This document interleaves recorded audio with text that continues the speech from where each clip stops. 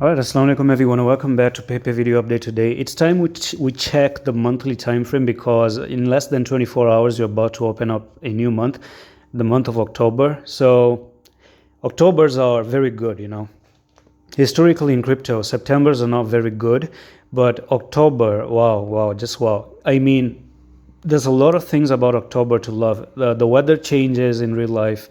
The weather in cryptocurrency also changes into the positive side as well. So we are starting the Q4 and we are about to undertake the last 4 months, or perhaps the last, like October, November, December, so last 3 months actually. So Q4 is the last 3 months of the year, and these last 3 months are actually one of the best months if we go with history of Bitcoin as well. And this is not far from the truth because you may actually end up looking at cash on the monthly, 14 more hours to close the candle, but we do have a doji right over there. So this doji being printed out is a good sign, okay? Maybe a good sign, but again, dojis does not really confirm a uptrend. Keep that in mind.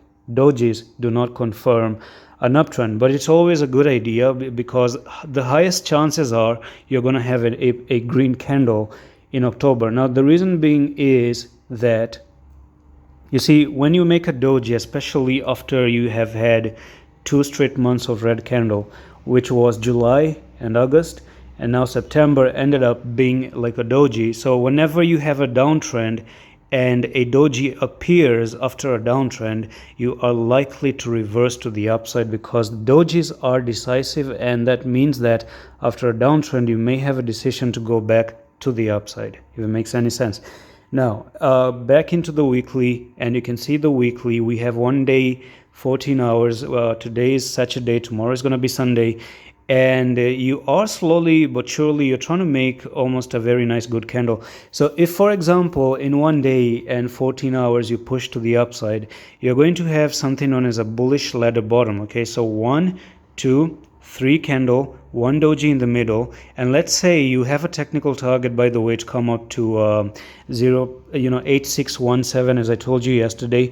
So in the next 1 day, 14 hours, if you make it all the way up to 8617, we may see the next week being green as well, and you may start to push to the upside.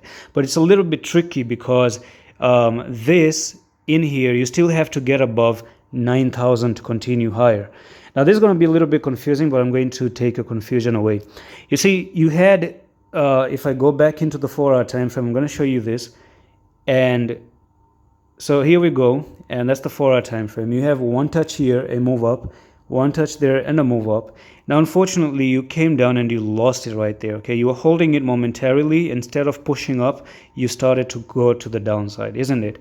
So whatever was your support right over here in these areas, it is now turning into a resistance. That's one thing you have to look at. Now in order for us to get above that resistance, we still need to see this candle pushing above here and take this stop loss, which is going to be above 9,634, and then we're going to try to push to the upside as well. There's one more candle I'm going to show you on Google, which is bullish ladder bottom, in a second. Now if you may look at the candle right now, you can see that this is your 1 candle, which is red, the black here is red, the white is green.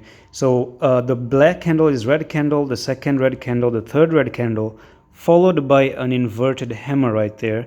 Now this inverted hammer, it doesn't really matter if it's red like this, or it may be even in a green shape. So even if you have a green like that or a red, the shape should be an inverted hammer, and then next to it, it must be important that you make that 1 green candle, and especially this one ends up being a morning star, and if you combine this whole thing set together, they become bullish ladder bottom.